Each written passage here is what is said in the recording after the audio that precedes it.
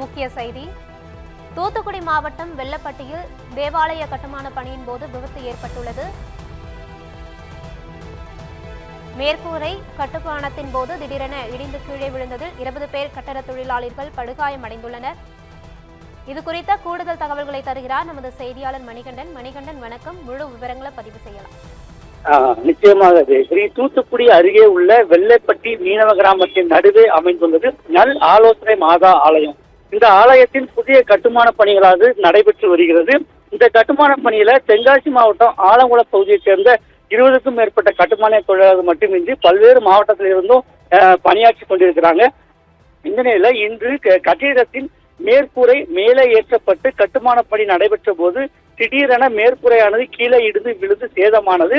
இந்த விபத்துல கட்டுமான பணியில் இருந்த 20க்கும் மேற்பட்ட தொழிலாளர்கள் இடிபாடுகளுடன் உள்ளே சிக்கிக் கொண்டனர்.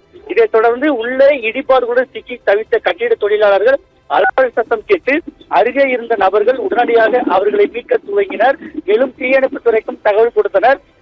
இதனைத் தொடர்ந்து தூத்துக்குடியில் இருந்து விரைந்து வந்த தீயணைப்புத்துறை அதிகாரிகள் இடிபாடுகளுடன் சிக்கி மாட்டிக்கொண்டு காயமடைந்த பீகார் மாநிலத்தைச் சேர்ந்த ராகுல் உசேன், கும்பகோணம் பகுதியைச் சேர்ந்த விஜய் மற்றும் முரளிதரன், தூத்துக்குடி தாளமுத்து நகர் பகுதியைச் சேர்ந்த சந்திரசேகர், தென்காசி மாவட்டம் கடையம் பகுதியைச் சேர்ந்த சேகர், கோவில்பட்டி பகுதியைச் சேர்ந்த மூர்த்தி, தூத்துக்குடி அருகே உள்ள குறுச்சாலை பகுதியைச் சேர்ந்த சுபாஷ், செட்டியூரணி பகுதியைச் சேர்ந்த ராமர், தூத்துக்குடி அமுதா நகர் பகுதியைச் சேர்ந்த மணிகண்டன் உள்ளிட்ட 10 கட்டிட தொழிலாளர்கள் உடனடியாக மீட்கப்பட்டு தூத்துக்குடி அரசு மருத்துவக் கல்லூரி மருத்துவமனைக்கு சிகிச்சைக்காக சேர்த்திருக்கிறாங்க.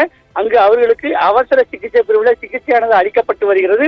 மேலும் இந்த கட்டிட ஈடுபாடுகள் சிக்கி லேசான காயமடைந்த 10க்கும் மேற்பட்டோர் தூத்துக்குடி மருத்துவமனையில சிகிச்சை பெற்று வருகிறார்கள். இந்த சம்பவம் குறித்து தாளமுத்து நகர் போலீசார் விசாரணை நடத்தி வருகின்றனர். விவரங்களுக்கு நன்றி மணிகண்டன்.